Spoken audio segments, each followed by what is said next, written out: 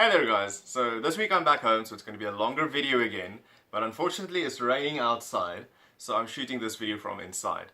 But the book I read this week was really interesting. It was called Predictably Irrational, The Hidden Forces That Shape Our Decisions by Dan Ariely.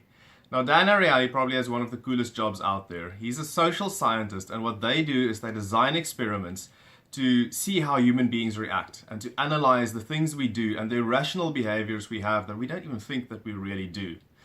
Some of the cool little experiments they've got in here is something called anchoring, how the first price you see actually anchors you to the next things, where they got people to write down the last 2 digits of their social security number, which is completely random, and then actually bid in an auction and see how their bids actually differed based on what their social security number is.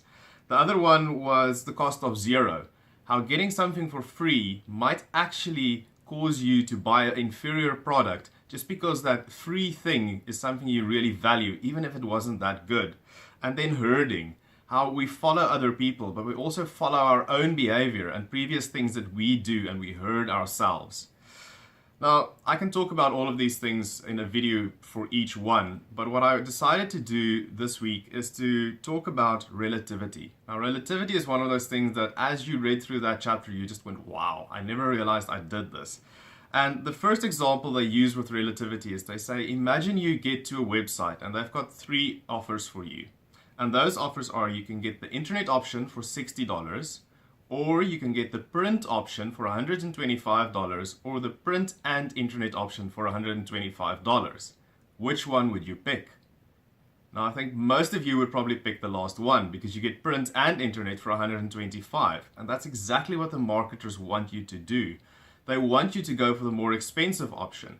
And the reason we do this is that our brains can't identify value on its own. We have to compare it to something else to identify if something is valuable, whether we're going to lose or gain from that. And the scary thing about this is that most people don't know what they want until they've actually seen it in context. So one of the things they mention is you probably didn't know what you wanted to do with your life until you saw somebody else, a family member or somebody on TV doing something that you thought was really cool.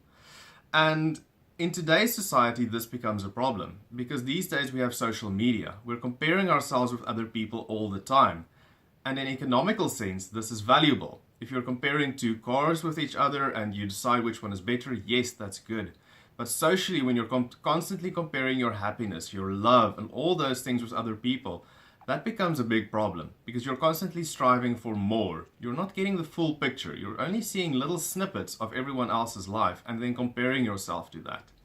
So I thought that was a really cool idea. This is a very interesting book. I really recommend it. And I think it's very valuable to think about this. Think about the fact that you don't know what you want until you've seen it in context. And why did you pick things, and why do you do the things you really think you want to do? I'll be back again next week, so see you then with my next book summary.